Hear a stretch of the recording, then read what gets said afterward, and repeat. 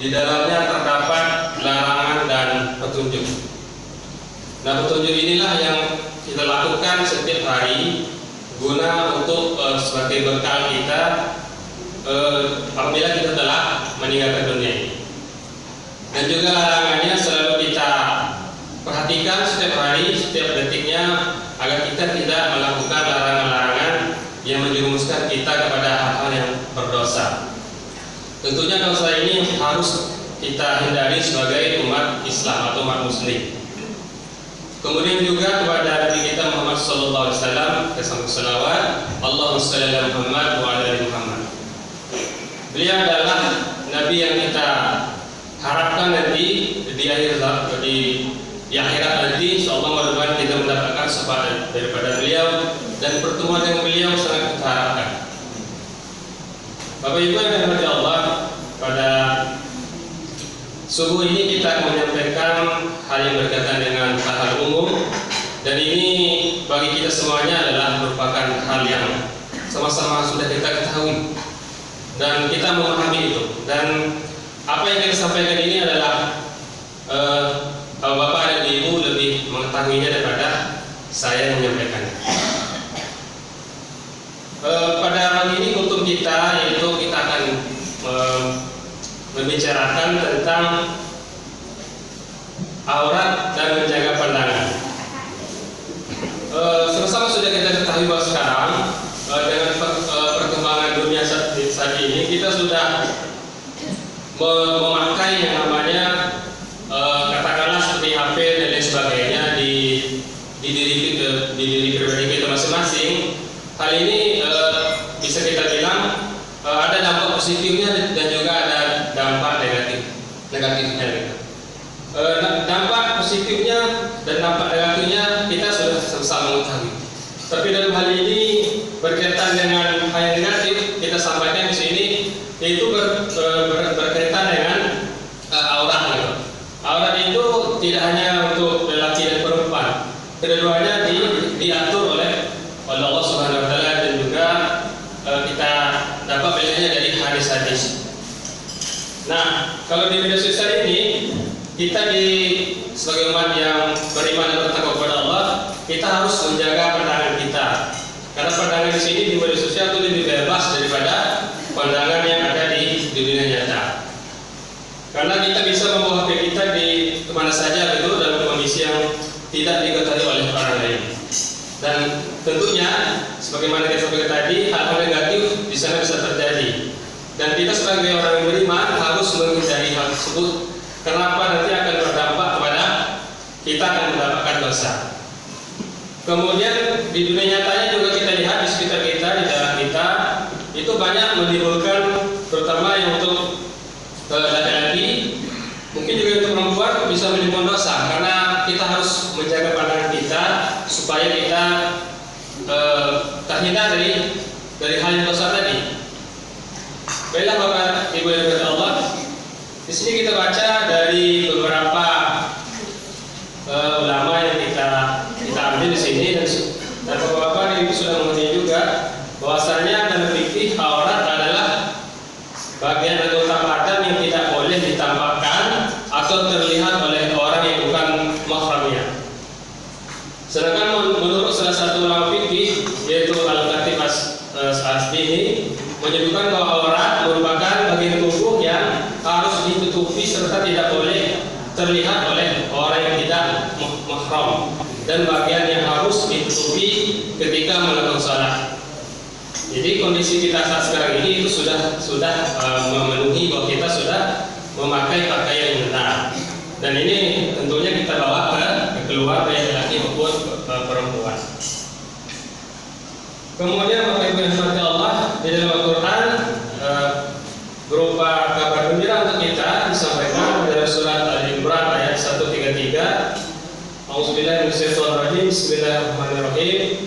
Wasari'u ila maghfiratin mir rabbikum wa jannatin arduha as-samawati wal ardh uiddat lil muttaqin. Yang artinya, dan bersegeralah kamu kepada ampunan dari Tuhanmu, dan kepada surga yang luasnya seluas langit dan bumi, yang disediakan untuk orang-orang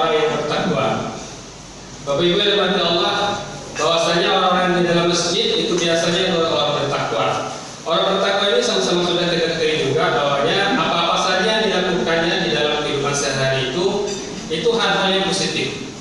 Ya, katakanlah kita membaca Al-Quran, sholat, membayar zakat dan lainnya, itu bertakwa. Artinya apa? Akhirnya nanti kita itu sebagaimana yang disampaikan di dalam ayat ini dan sangat jelas bahwa akhir kita nanti kalau bertakwa itu di surga. Nah, bagaimana kalau kita ke surga kalau kita melangkah? Itu tidak mungkin kita ke surga. Kalau kita lihat dari ayat ini. Nah, menyangkut daripada judul kita tadi itu, kita tidak akan bisa masuk, ya katakanlah masuk surga bila kita dosa kita banyak. Dalam hal ini dosa mata, gitu ya. Dosa mata kalau sudah banyak, dan ada sebagian ulama mengatakan banyak orang itu termasuk dosa kecil. Ya, walaupun dosa kecil, kalau lama-lama kita lakukan, tentunya akan menjadi lebih banyak.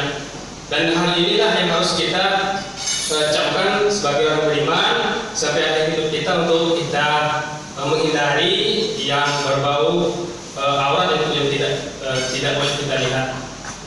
Bapak Ibu yang dirahmati Allah, hal ini sangat kuat dukungan ataupun petunjuk yang ada di dalam Quran dan hadis yang menyatakan, kita bacakan saja artinya Bapak Ibu. Di dalam Quran sampaikan di sini surat Al-Isra ayat 36 yang artinya, dan janganlah kamu mengikuti sesuatu yang tidak kamu ketahui, karena pendengaran, penglihatan dan hati nurani semua itu akan dipertanggungjawabkan. Ya, sudah setelah kita ketahui bahwasanya apa yang kita lakukan mulai dari kita balik sampai akhir hidup kita, tentu kita harus mempertanggungjawabkannya. Termasuk tadi yang berkaitan dengan dosa mata tadi. Kemudian juga selanjutnya ini yang kita bacakan sebagian kecil saja. Sebenarnya masih banyak lagi ayat dan hadis-hadis Nabi yang berkaitan dengan aurat dan menjaga pandangan. Dan kita pun sudah mengetahuinya secara umum. Kemudian kita kumpulkan sedikit umum juga, itu ayat 59 surah Al-Ahzab dikatakan, yang artinya, hai Nabi, katakanlah kepada istri-istrimu, anak-anak perempuanmu, dan istri-istri orang mukmin, hendaklah mereka menundukkan hidupnya ke seluruh tubuh mereka. Yang demikian itu supaya mereka lebih mudah untuk dikenal, karena itu mereka tidak diganggu. Dan Allah adalah Maha Pengampun lagi Maha Penyayang. Maha Allah yang segala firman-Nya. Lebih kuat lagi Bapak Ibu, kita bacakan ayatnya Bapak Ibu. Selanjutnya surah Al-A'raf ayat 26 yang berbunyi, wahai anak Adam, telah kami turunkan buat kamu pakaian yang boleh penutup aurat-aurat kamu dan untuk perhiasan. Dan yang terakhir yang saya kumpulkan di sini yaitu surat An-Nur ayat 30 sampai ayat 31 yang sudah umum sama-sama kita ketahui, yang artinya, katakanlah kepada orang lelaki yang beriman, hendaklah mereka menahan pandangannya dan memelihara kemaluannya, yang demikian itu adalah lebih suci bagi mereka. Sesungguhnya Allah mengetahui apa yang mereka perbuat. Kemudian dilanjutkan ayat 31-nya, katakanlah kepada wanita yang beriman, hendaklah mereka menahan pandangannya dan memelihara kemaluannya, dan janganlah mereka menampakkan perhiasannya kecuali yang bisa nampak daripadanya, sampai ayat. Nah, inilah yang kita dapat berhasil kita susun di sini. Masih banyak ayat lain yang berkaitan dengan menjaga pandangan kita. Artinya apa? Sangat kuat di sini. Kita harus menjaga pandangan kita, seperti tadi yang telah sampaikan, agar kita tidak mengumpulkan dosa. Karena dosa ini tentu harus dihapus sebelum kita, katakanlah tadi, masuk ke surga. Kemudian selanjutnya di dalam hadis juga disampaikan yang berkaitan dengan aurat dan menjaga pandangan ini, yang artinya janganlah seorang lelaki melihat aurat laki-laki lainnya, dan janganlah pula seorang wanita melihat aurat wanita lainnya. Seorang pria tidak boleh bersama pria lain dalam satu kain, dan tidak boleh pula seorang wanita bersama wanita lain dalam satu kain. Hadis riwayat Muslim nomor 38. Kemudian ada juga yang berhasil kita kumpulkan, yang artinya yang di bawah pusar dan di atas kedua lutut adalah aurat. Hadis riwayat Baihaqi nomor 3362. Dan ini kalau kita baca lagi, baca lagi nanti baik menurut para ustaz di YouTube maupun di artikel-artikel yang ada itu, ulama itu berbeda pendapat. Ada yang mengatakan dari lutut sampai dari pusat sampai lutut, ada juga yang tidak. Tapi pada umumnya yang kita ketahui dari ulama seperti itu dari lutut dan pusat. Terus kita jaga terutama ya untuk laki-laki kalau kita baca tadi penjelasannya. Kemudian masih kita kumpul juga dari Asma binti Abu Bakar pernah menemui Rasulullah SAW dengan memakai pakaian yang tipis.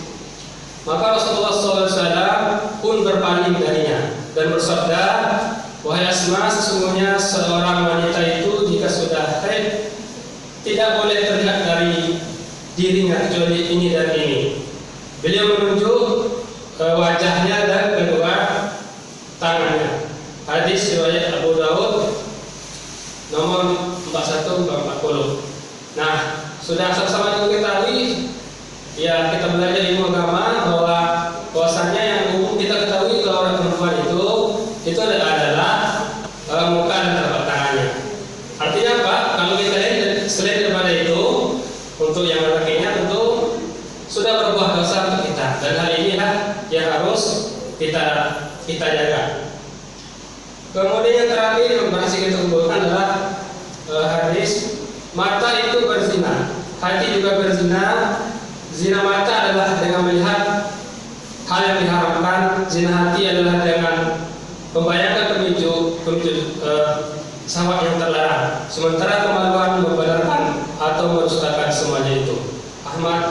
Riwayat hadis riwayat Ahmad nomor 8386. Jadi mohon maaf Bapak Ibu, kita bacakan aja ini karena kita pun tidak mengetahuinya secara dalam. Ini kita baca yang umum-umum saja. Dan silakan kita lebih lanjut mempelajari lagi di YouTube ataupun dengan ustaz yang kita sukai, dengan tujuan bagaimana kita ingat sampai akhir hidup kita. Ada juga ini paling terakhir Bapak Ibu, sebagian ulama mengatakan yang diperbolehkan melihat aurat sesama jenis itu menurut para ulama itu adalah ketika kondisi darurat yang betul-betul darurat yang membawa pada katakanlah kematian dan yang sejenis dengan itu. Di sini sampai ulama seperti dokter kandungan dan lain sebagainya. Demikian Bapak Ibu yang dapat kita sampaikan, mudah-mudahan bermanfaat terutama untuk diri saya sendiri dan untuk Bapak-bapak dan Ibu. Lebih dari kurang saya mohon maaf. Assalamualaikum warahmatullahi wabarakatuh.